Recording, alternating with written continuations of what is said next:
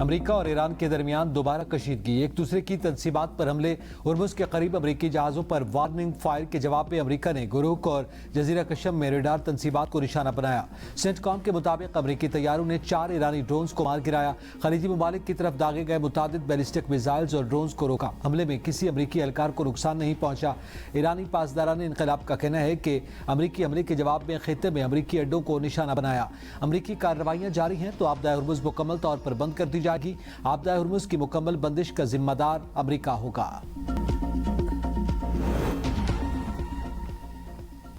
ایران نے جنگ بندی ڈھیل پر اتفاق نہیں کیا، معاہدے کے سوا کوئی راستہ نہیں۔ صدر ٹرمپ کا امریکی ٹی وی کو انٹرویو، کہا جاری تناظر اس کے حل میں وقت لگتا ہے، ایسے معاملات فوری حل نہیں ہوتے۔ صورتحال اس سمت میں جا رہی ہے جہاں ایران کو مذاکرات اور معاہدے کی طرف آنا پڑے گا۔ ایران کے پاس صرف 22% میزائل باقی رہ گئے۔ صحافیوں سے گفتگو میں ٹرمپ نے کہا میری انتظامیہ کو ایران کے معاملے پر زبردست کامیابی حاصل ہو رہی ہے۔ ایران جوہری ہتھیار رکھنے کی پوزیشن میں نہیں۔ آبدہ ہرمز سے بہت سے آل ٹینکر گزرے، تعداد نہیں بتانا چاہتا۔ آبدہ ہرمز بحران حل ہونے میں زیادہ وقت نہیں لگنا چاہیے۔ آبدہ ہرمز کی صورتحال معمول پر آنے کے بعد تیل کی قیمتیں کم ہو جائیں گی۔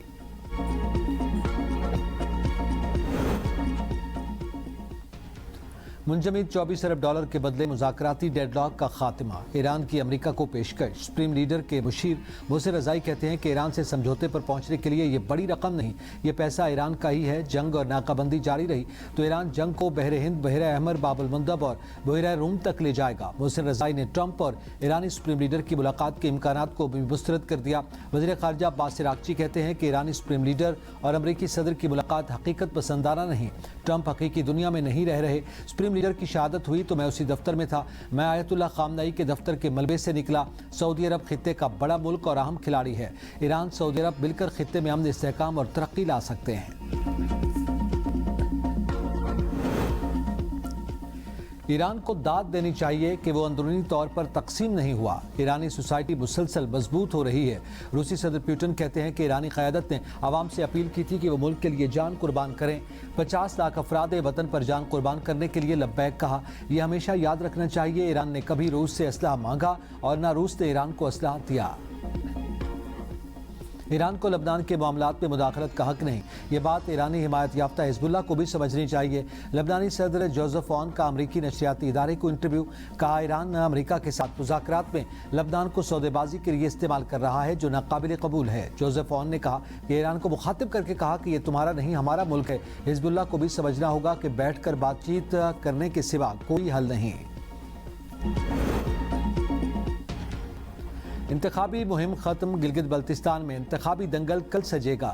سیاسی پارہائی، ووٹرز پرجوش، سیاسی نعروں کی گونج تمام۔ کون انتخابی مارکا جیتے گا، کس کو شکست ہوگی، فیصلہ عوام کے ووٹ سے ہوگا۔